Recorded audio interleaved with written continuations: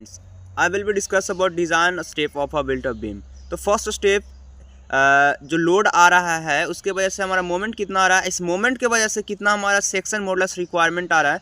तो पहला स्टेप हमारा calculation of section modulus and section modulus को कैलकुलेट करने के बाद हमारा जो स्टील टेबल के माध्यम से जो पहला हम चेक करते हैं स्टील रोल्ड आई सेक्शन पे कि ये जो सेक्शन मॉडुलस है कम तो नहीं है रोल्ड स्टील सेक्शन के सेक्शन मॉडुलस से। यदि कम है तो हम रोल्ड आई सेक्शन पर ही डिज़ाइन कर देंगे, हम बिल्टअप डिज़ाइन पे नहीं जाएंगे।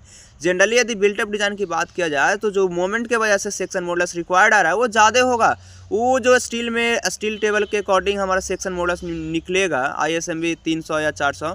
सो उसका कितना रिक्वायरमेंट है, उसका कितना सेक्शन मॉडुलस है एंड हमारा रिक्वायर्ड कितना आ रहा है, ये दोनों का डिफरेंस जो आ रहा है उसके वजह से हम एक कवर प्लेट देंगे रोल्ड आई सेक्शन पे। रोल्ड आई सेक्शन पे हम जो दोनों का डिफरेंस आ रहा है required and steel rolled section का जो सेक्शन मॉडुलस है ये दोनों का डिफरेंस आ रहा है, इसके वजह से हम कवर प्लेट देंगे टॉप एंड बॉटम पे टेंशन एंड कंप्रेशन जोन में। एंड इसी के वजह से अब इसका एरिया कैसे निकालते हैं, डायरेक्ट हम बात करते हैं second step area of calculation of a cover plate on the beam and the direct formula है जो रिक्वायर्ड कितना सेक्शन मॉडुलस आ रहा है due to the loading and the steel का कितना जो सेक्शन मॉडुलस है, ये दोनों का difference and divided by the depth of the beam. Suppose that ये हमारा आई बीम है तो आई बीम का डेप्थ है एंड इसका सेक्शन मॉडुलस जेड एक ए है एंड जो रिक्वायर्ड है वो जेड क्यू है। तो दोनों का डिफरेंस कितना सेक्शन मॉडुलस आ रहा है एंड डी से डिवाइड कर देते हैं तो एरिया ऑफ द प्लेट हमारा फाइंड आउट हो जाता है। यदि एरिया फाइंड आउट कर लेते हैं तो एरिया से हम साइजिंग कर देंगे प्लेट का।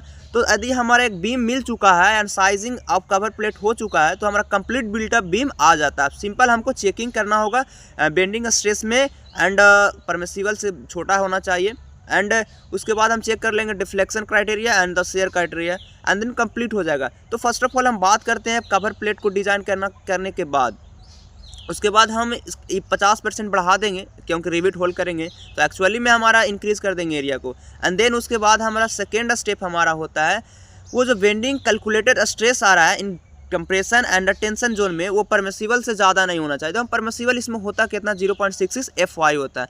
तो ये जो इस परमिसिबल स्ट्रेस से जो कैलकुलेटेड बेंडिंग स्ट्रेस है वो कभी भी ज़्यादा नहीं होना चाहिए, इस पर चेक करना होगा। तो गाइस हम किस प्रकार से चेक करेंगे, तो हमको जो आई एक्सेस निकला एंड वाई निकला कंप्लीट एक बिल्टअप बीम डिज़ाइन कर चुके हैं तो इसका जो जेड एक्सेस निकलेगा एंड बेंडिंग मोमेंट हमारा लोड से मिल चुका है तो ये दोनों के माध्यम से हम बेंडिंग स्ट्रेस निकाल सकते हैं इन कंप्रेशन एंड टेंशन जोन में। कंप्रेशन में डायरेक्टली हम फ्लेक्सुरल फार्मूला से निकाल लेंगे बट इन